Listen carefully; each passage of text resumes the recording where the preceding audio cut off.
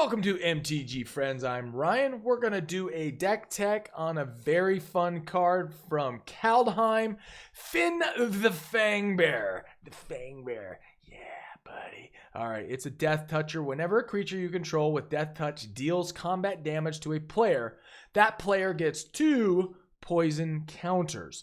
So, poison, let's talk about that real quick. Because in this build, we have some infect creatures, we have death touch creatures, which levers Fynn, and then we also have some proliferate going on. So the difference between a death touch poison generating creature because of Fynn and infect is very significant.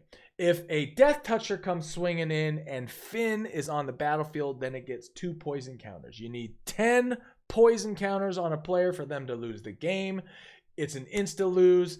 Or if you have an infect creature coming in, that does damage based on the amount of damage that creature does. So if an infect creature comes in that's a 4/4 and hits to face on the player, then they get 4 poison counters from infect. If a death toucher, because of Fynn mechanic, comes in, it gets 2. That's it. Just 2 poison counters. Now, poison, if it was a creature and it had nothing to do with Fynn and they had like one of the slivers that says give your opponent a poison counter, no matter how big that sliver was, even if it was a 10-10, it would give them 1 poison counter. Got it? Cool. All right, that's the difference between a poison counter and infect damage. Very important, especially if you're swinging in for the win and they think you lost or they think you won or you don't know what the helter-skelter's going on. That's what this is all about. All right, poison counters, infect. So, but the main thing to remember is 10 poison counters on them. All right, so we got protection first, then we got some tutors, so a couple counters, and that doesn't mean counter spells, it just means things that create counters. Vorinclex is super awesome in this build, and is super awesome for any doubling season effect. We got the land base, which is pretty simple. Few of the utility lands is to make our creatures unblockable, which is really important when we're trying to stack up these poison infect / poison counters. Proliferate, we got some unblockable mechanics, some death touch, a good amount of death touch because that synergizes directly with the commander. A few shenanigan pieces, some removal, some draw, and infect. And I guess we're going to start with protection. We have very few enchantments in this build. You'll see why I mentioned this in a little bit. Asceticism is one of them, and it's a 5-drop. Creatures you control can't be the target of spells or abilities your opponent control, and regenerate target creature.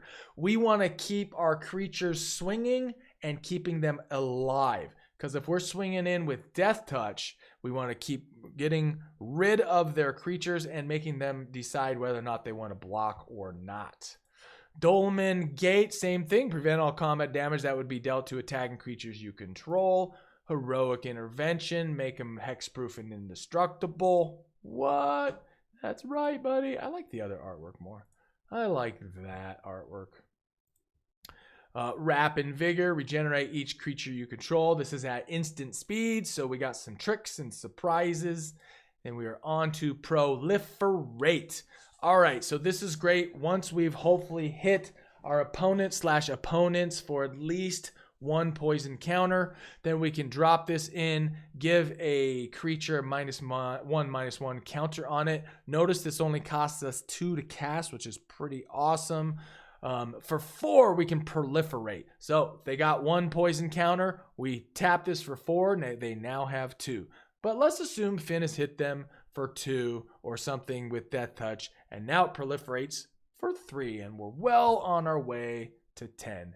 Speaking of well on our way, Contagion Engine keeps that ball rolling. When Contagion Engine enters the battlefield, also put a -1/-1 counter, but it's on each target player controls, which is funny. It's not all the players, just 1 player, but all of their creatures.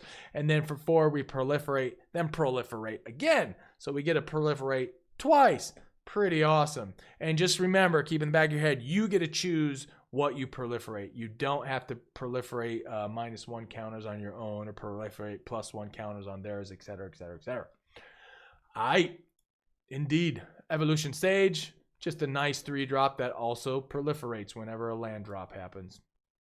Pollen Bright Druid, kind of like a baby version of that. We can choose to proliferate as it hits the battlefield, and that is exactly what we would do. All right, this is the perfect sword for this kind of a build. It has the whenever equipped creature deals combat damage to player, put a 1/1 counter on a creature you control, then proliferate. Yeah, buddy. And of course, it's got some protection and +2/+2. Yeah, protection for white and for blue. Whatevs.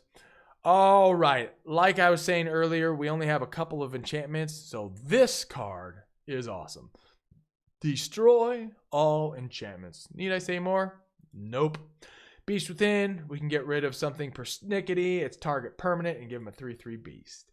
Force of Vigor, this one we can get rid of an artifact or enchantment 2 times. 2 times. 2 times. All right, we can do the same thing and give them 4 life, but for 1 enchantment or artifact. All right, Whip Tongue Hydra's in here because we don't have a lot of ways of dealing with flyers in this build unless they block.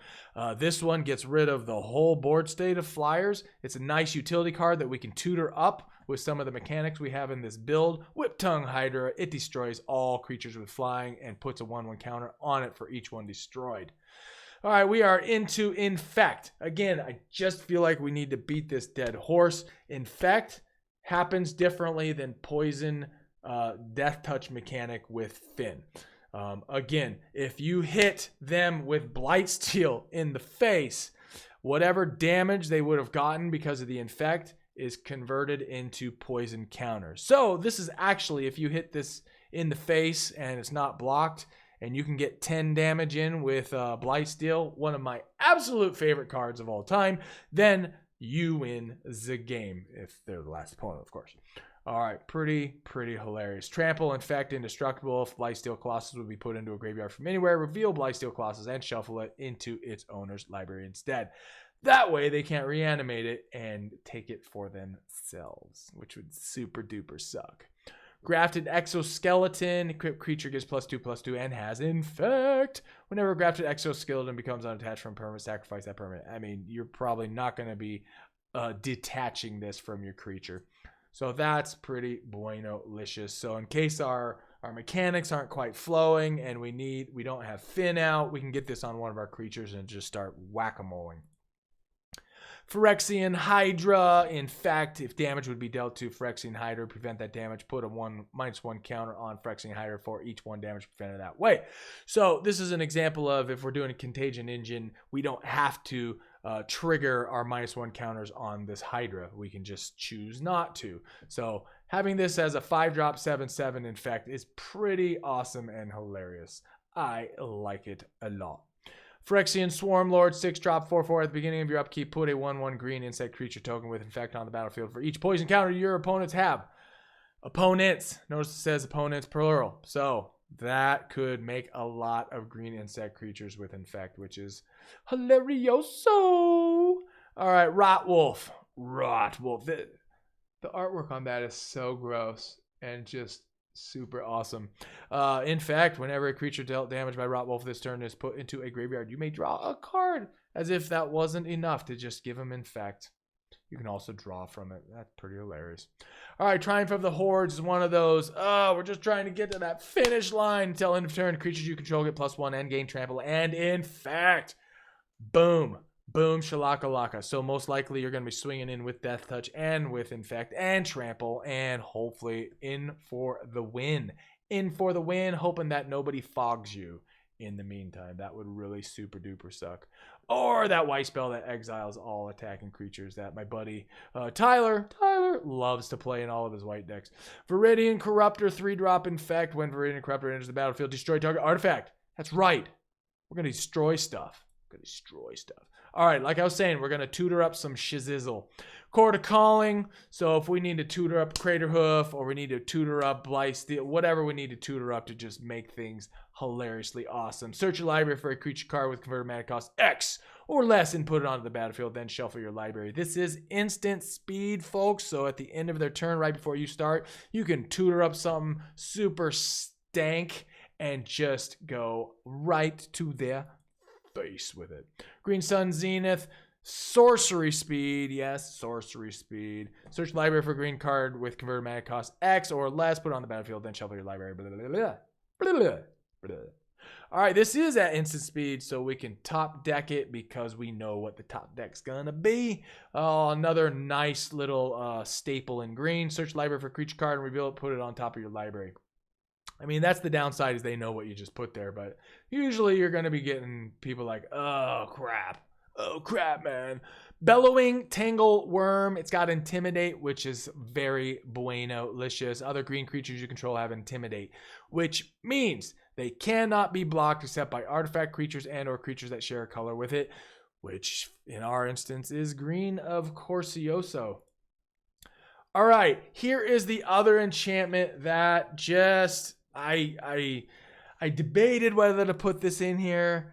And I just thought it was just funny enough and just cool enough to put it in here, because we're really just we're not trying to bring them to 0 life. We're trying to get them to 10 poison counters. All green creatures gain Forest Walk. So if our Death Touchers and Fynn's out and everything is unblockable, I mean, that's hilarious.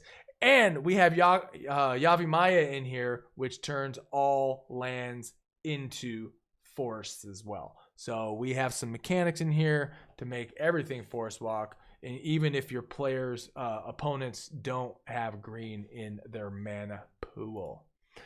Some other unblockable features: Manifold Key, untap another target artifact. We don't give a crap about that. Target creature can't be blocked this turn for 3.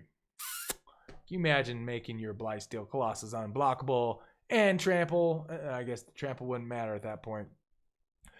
All right, Whisper Silk Cloak. Equipped creature can't be blocked and has Shroud.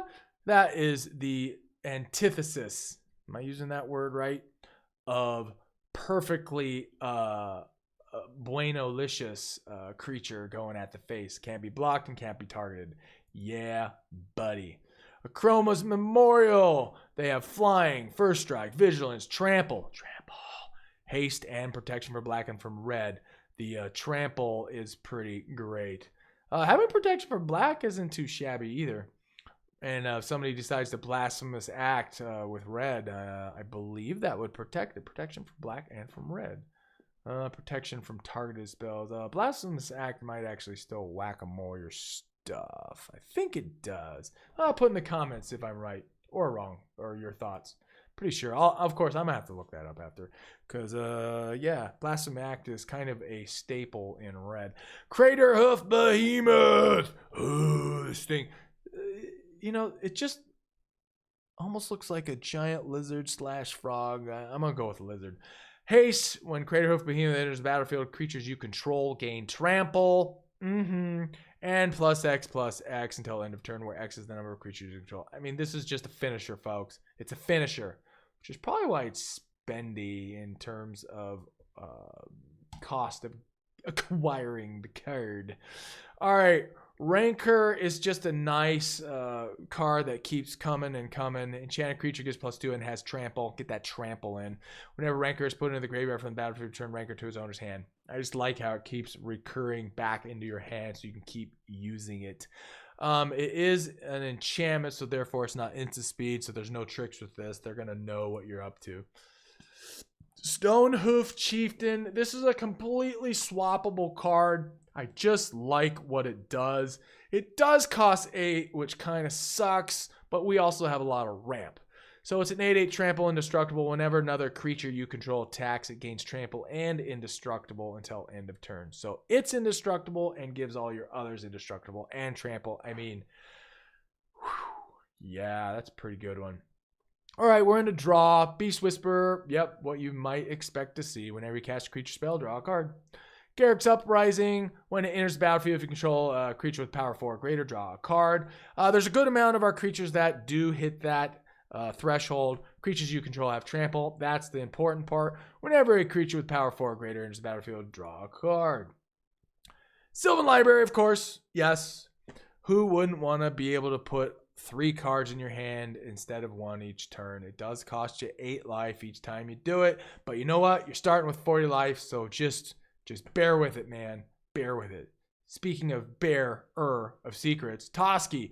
This spell can't be countered. That's fine. That's groovy. Indestructible. That's even better. Toski Bearer of Secrets attacks each combat at the table. That's kind of sucky, but you know what? If it didn't have to do that, this would be such a broken card. Whenever a creature you control deals combat damage to a player, draw a card. I mean, yeah. This is quickly becoming just a staple in green. Vigor! If damage would be dealt to another creature you control, prevent that damage and make it in the form of 1/1 counters. Vigor is just so ridiculously awesome. Love it. Vorinclex. This one is so great for our proliferating and our poison counter shenanigans we got going on. I'm going to clap 2 more times just for fun.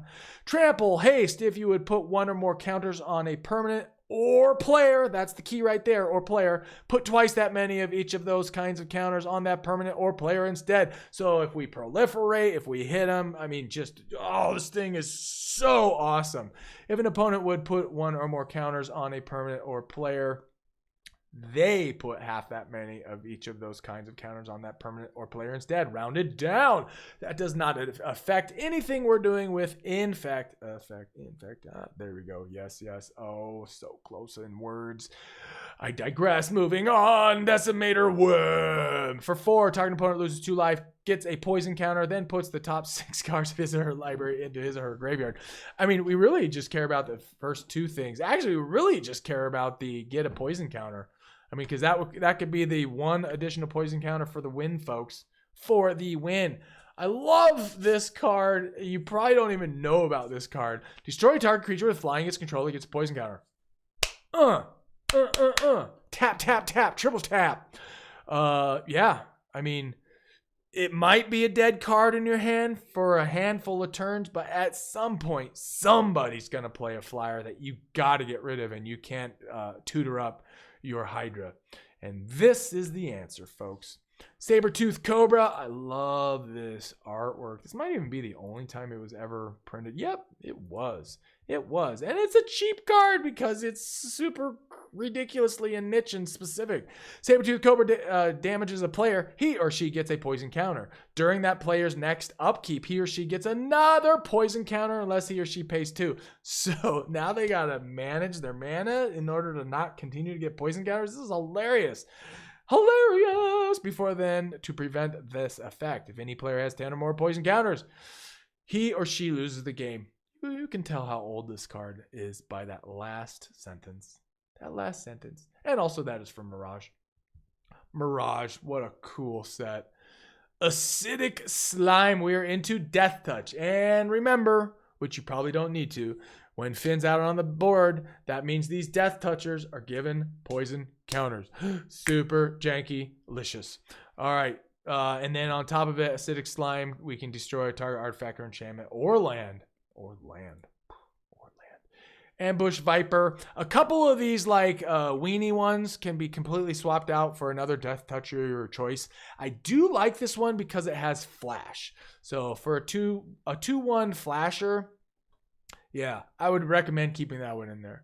Bow of Nalia. It's a 3-drop. I run this in a couple decks. Attacking creatures you control have Death Touch. Boom. And then it has this cool extra janky stuff. For 2, tap, put a 1/1 counter on target creature, or Bow of Nalia deals 2 damage to target creature with flying, or you gain 3 life. Or put up to 4 target cards from your graveyard on the bottom of your library. I mean, that's so much utility for 2. But the main thing is giving all of our creatures Death Touch in case it didn't have it. And then being able to like remove a flyer that's a chump blocker, etc., etc. God Eternal Ronas for 5/5 zombie god. Death Touch. When it enters the battlefield, double the power of each other creature you control until the end of turn. These creatures get vigilance until the end of turn. And then if it dies, you can choose to put it in your library 3rd from the top. Sometimes you'll choose not to do that, depending. Helena Kissick Ranger. This is a spicy one in this build because of the death touch mechanics. It's got reach. Whenever another creature enters the battlefield under your control, you may pay 2. When you do, that creature deals damage equal to its power to target creature. So, if it's got death touch, it's going to whack-a-mole with death touch, and boom, you're off to the races. That creature is dead. Dead as a doornail.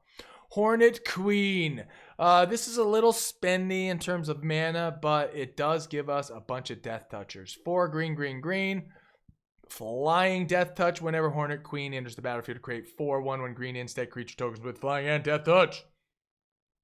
Yeah. I mean, you get how many creatures? 5? 5 for 1? A 5 for 1. Does cost 4 colors, green, green, green, though. So, boo to that. Okame Adversary, 4-drop, death touch, and if it does damage, you draw a card. And it costs 2 less if your opponent has green in their devotion. That ain't bad, folks. That ain't bad. The list, huh? Let's do the other version. Commander 2019. Attacking creatures you control have death touch. Whenever a creature you control deals combat damage to a player, draw a card. It's more for the draw mechanics on that one, but it does have death touch. We'll leave it in death touch. Questing beans at beans. Questing beans. I am questing the beans. Throne of Eldraine, questing beast. Vigilance, death touch, haste. This one was so awesome in Throne when it was in Standard. Combat damage that would be dealt by creatures you control cannot be prevented. That is awesome. That means Fog doesn't work, I don't think. Combat damage that would be dealt by creatures you control can't be prevented. I mean, that's what the card says. Whenever a questing beast deals combat damage to an opponent, it deals that much damage to target planeswalker that player controls. We don't really care about that part. I mean, that'd be an added bonus. All right, this one is very, very interesting. I remember drafting with this, and that's why this card came to mind. As of this recording, this is actually the set that is new. Sereth the Viper's Fang for 4/3/4, legendary human warlock. Other tapped creatures you control have death touch, but more importantly, is other untapped creatures you control have hexproof. What? That's right. That's hilarious. And tap one and untap another target creature or land you control. So it could be tapped, and then you tap it or untap it to make it hexproof again. That's pretty great, actually. All right, Thornwield Archer. This one completely swappable for another death toucher if you want. It's got reach and death touch. Also a swappable one that does have this nice landfall mechanic, though.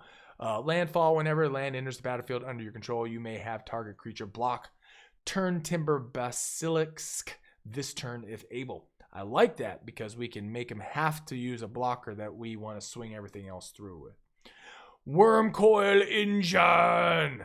Death touch lifelink, and when it gets whack-a-mole, you create a 3/3 colorless worm artifact with death touch and one that is lifelink. All right, we got some land. So we have some make our creatures unblockable land, like this one, Access Tunnel. For 3, target creature with power 3 or less can't be blocked this turn. We got the Infect creature. Blink Moth becomes the 1/1 artifact with flying, still a land. Wait a minute. That's the wrong one. That's the wrong one, people. That's the wrong one. All right, let's put in the right one. Blink Moth next becomes a 1/1 blink flying creature with flying until end of turn. It's still a land. No, we want the Infect one. Boo.